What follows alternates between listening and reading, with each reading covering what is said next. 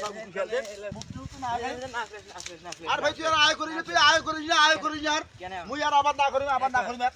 কারণ যে সারের দাম বাড়াইছে, কীটনাশকের দাম বাড়াইছে, টাকা তোমার বসে বসে কামাই করে আমরা কষ্ট করি, ওষুধ খাটিয়ে পরিশ্রম করি, ভুট্টা আবাদ করি, আলু আবাদ করি, ধান আবাদ করি, আর আমার কীটনাশকের দাম বাড়াই থাকবে, আমার আলুর দাম নাই, কিছু নেই, ভুট্টার দাম নাই, আর আবাদ কি করি? এইবার তোমার আবাদ না করবো আর তুই খাই তুই খাই আর তুমি আর আবাদে করিম না, মুই আবাদে করিম না আর তুই আমার চিকিৎসা আমার 17,000 স্যার কমাইবে, কতদিন কমাই বাদ দিলে মুই আর আবাদে না।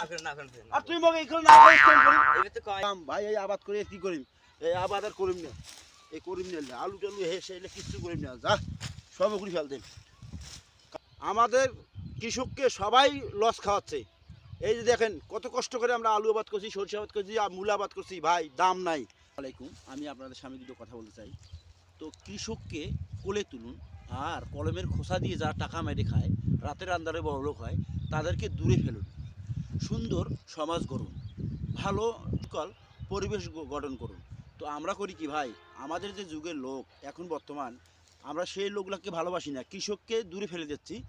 আর আর যেগুলা চোর বাটপার তাদেরকে আমরা কোলে তুলে নিচ্ছি। তো আমার কথা হচ্ছে যে আপনারা কৃষককে ভালোবাসুন, কারণ কৃষি লোক যদি কাজ না করে তো আপনার মুখে 2 মুঠো ভাত কে তুলে দেবে?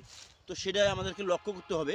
তো আসুন আমরা এখন থেকে উদ্যোগ নেই, এখন থেকে আমরা ভালোবাসি তো তাদেরকে। তারা একদিন যদি চাষ আবাদ না করে তো আমরা কি খাইতে পারবো না। তো আসুন আমরা কৃষককে ভালোবাসি, কৃষককে সব কিছু সাহায্য করি এবং আপনাদের সামনে।